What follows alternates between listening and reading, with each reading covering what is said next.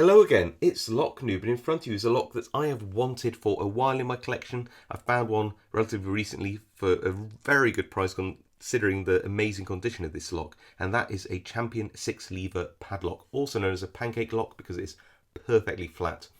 There are a number of different brands, but this Champion 6-lever padlock is certainly one of the more famous ones. Now, what's really interesting is its push lever mechanism.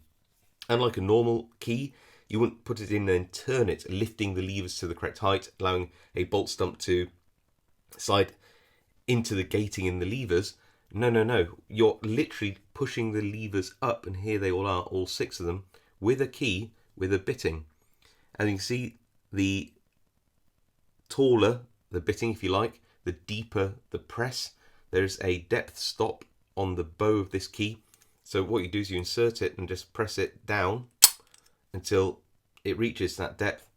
That's pushed your levers to the correct height. You can see them stepped now in relation to the key, and that releases the shackle. Really fantastic.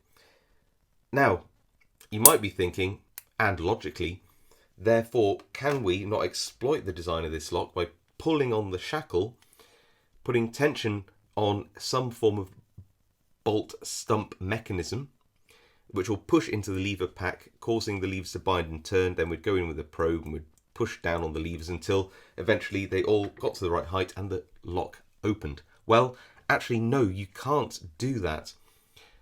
Here is a picture of the patent diagram, and I have a little graphic overlay to highlight the point. What you'll see is that you have a sprung, let's, for the want of a better word, call it bolt assembly, and that bolt stump that needs to go into the lever pack actually is partially engaged with the shackle itself. If you pulled up on the shackle, all you'd end up doing is really pulling that, again, I don't know what to call it, cantilevered bolt stump thing, away from the lever pack. It would do the opposite of what you wanted. It wouldn't push it into the lever pack. So the only way that you can really pick this lock is by lifting all of the levers to the correct height straight away, which would allow that sprung bolt stump mechanism to engage with those gates in the levers. Now, where does that leave us? The way to open this lock is actually to impression it using some brad nails for some kind of nail gun, or well, you can see a little picture of a manually operated nail gun there. And what you can do is you can break off 6 of these, and these are some 40mm brad nails that I found. There you go. And you can break 6 of them off and essentially use them as a way of impressioning the levers. Now, I just want to say at this point, this is absolutely not a method that I came up with. I don't know who did come up with it, but I have seen people like Papa Gleb, Red Cat Imaging, the Lock Butcher Shop, all do this technique in one way or another. And I've actually made a playlist of their videos because they are all doing this in a slightly different way. And it's really worth watching them all if you find this kind of thing interesting.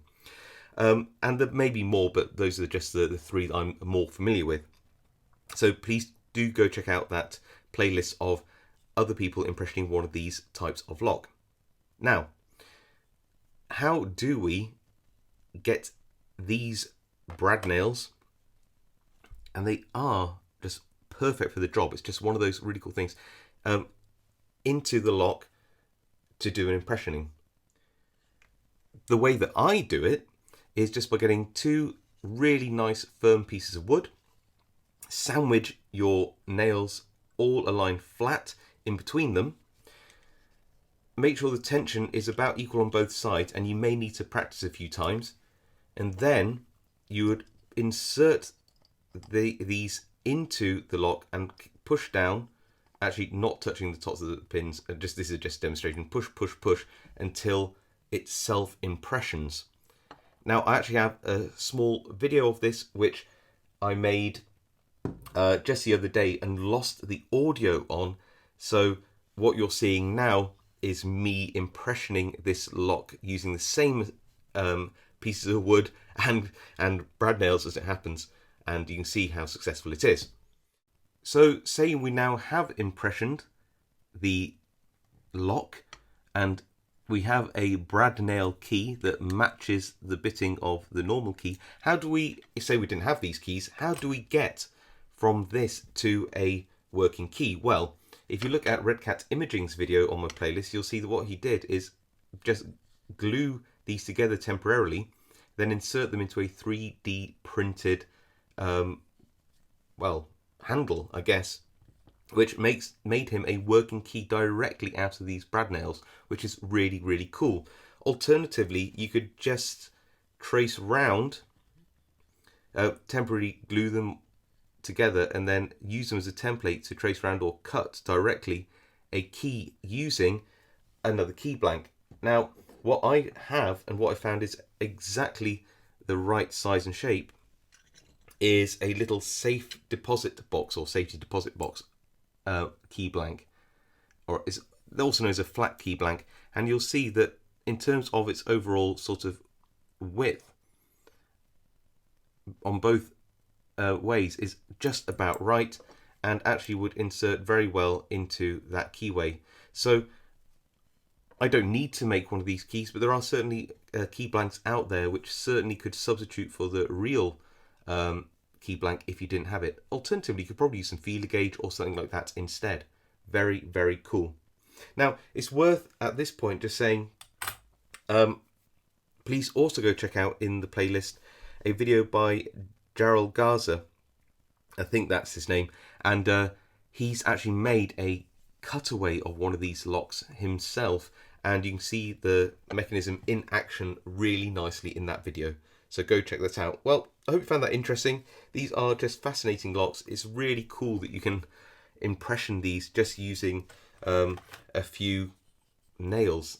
I just love that, and I would really recommend you giving it a go if you ever get a chance to get hold of these types of padlock. They are just brilliant little pancake locks. Anyway, one of my favorite little locks. Hope you enjoyed it too, and I'll see you all next time.